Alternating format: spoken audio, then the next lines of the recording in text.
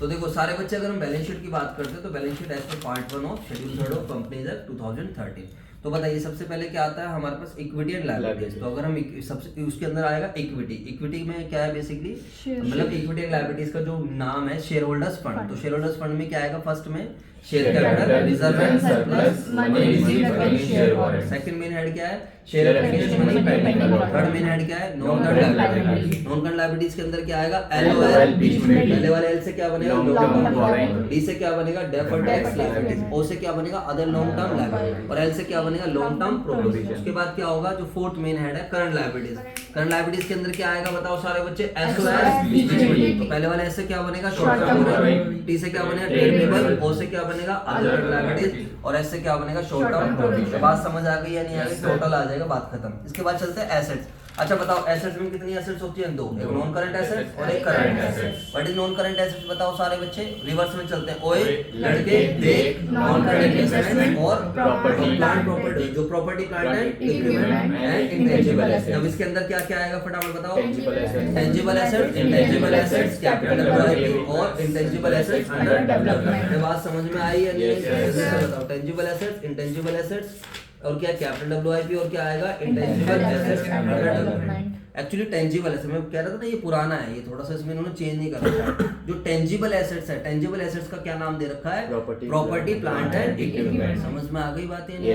तो tangible assets की जगह इन्होंने इस बार क्या नाम दे दिया नए वाले में, प्रॉपर्टी प्लांट एंड इक्विपमेंट। अच्छा दोबारा बताओ, तो property plant and equipment, intangible assets, capital WIP और इंटेंजिबल एसेट्स अंडर डेवलपमेंट। ठीक है सर, उसके अलावा बताओ क्या, वो लड़के देख, नॉन करंट इन्वेस्टमेंट। तो इसके बाद क्या आ गया, नॉन करंट इन्वेस्टमेंट। तो नॉन करंट इन्वेस्टमेंट्स के अंदर क्या क्या आ जाएगा पता है सब बच्चों को, इन्वेस्टमेंट इन प्रॉपर्टी या इन्वेस्टमेंट इन जो है equity share, preference share, debenture, bond, mutual funds. वो डिटेल में जाएंगे फिर दिक्कत हो जाए। ओए लड़के देख, डी से क्या बनता है, डेफर्ड टैक्स एसेट्स। एल से क्या बनेगा, long term loans and advance, loan देना किसी को लॉन्ग पीरियड के लिए। और ओ से क्या बनेगा, अदर नॉन करंट एसेट्स, वो डेटर वो भी यार जो 12 मंथ से ज्यादा के लिए पेंडिंग है। डुबू वाला एग्जांपल दे दिया। इसके बाद हम चलते हैं current assets. What is current, current assets के अंदर क्या क्या आएगा बताओ, CIT CSO, CIT CSO, CIT CSO. पहले वाले सी से क्या बनेगा, करंट इन्वेस्टमेंट्स। करंट इन्वेस्टमेंट्स में क्या आएगा, investment in equity, preference share, debenture, bonds, mutual fund but short period. I से क्या बनेगा, इन्वेंटरी। इन्वेंटरीज के अंदर क्या आएगा, लूज टूल्स और raw material, WIP, finish good, store and spheres,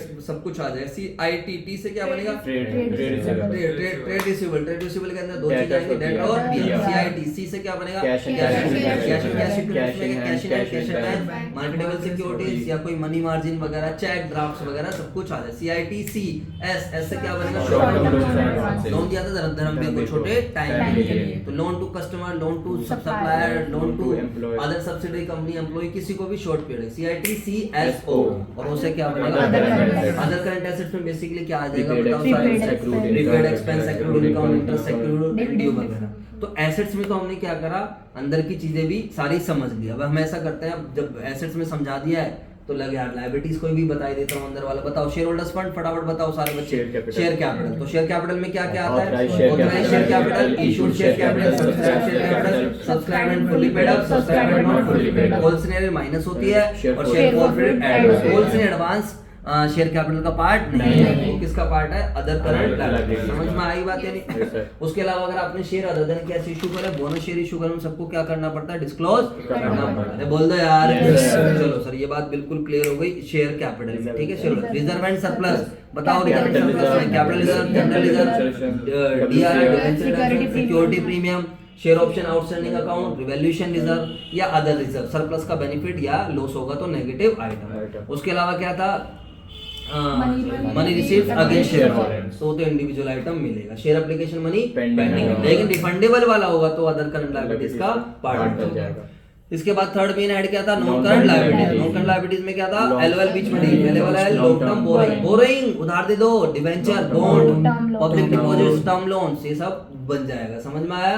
और बताओ सारे बच्चे, एल ओ एल बीच में डी से कुछ नहीं, डेबिट और ओ से क्या बनेगा, other long term liabilities. Other long term liabilities में याद करो, premium on redemption debenture, premium on preference, premium on redeemable preference share. बोल दो यार, है ना, ये तो था आप लोग। या फिर कुछ ऐसे क्रेडिटर वो जो बीपी जो 12 मंथ से ज्यादा के लिए पेंडिंग है ना, ऐसा कुछ था। LOL, उसके बाद क्या था last long term provision for gratuity bonus या इस तरीके लीव एंड कैश, ठीक है।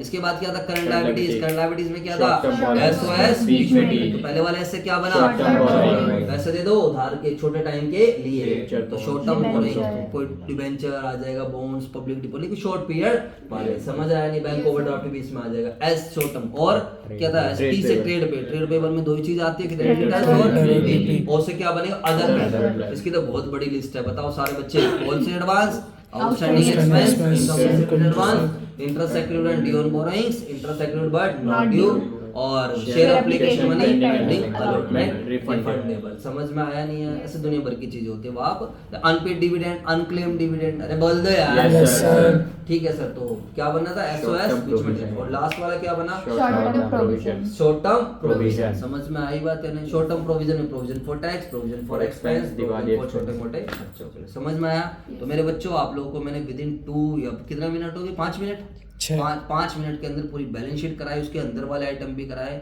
इस वीडियो को 3-4 बार देख लो, स्कैनर उठाओ, क्वेश्चंस कर लो, एंड वीडियो अच्छी लगी हो तो प्लीज लाइक शेयर सब्सक्राइब जरूर कर दे। Thank you so much.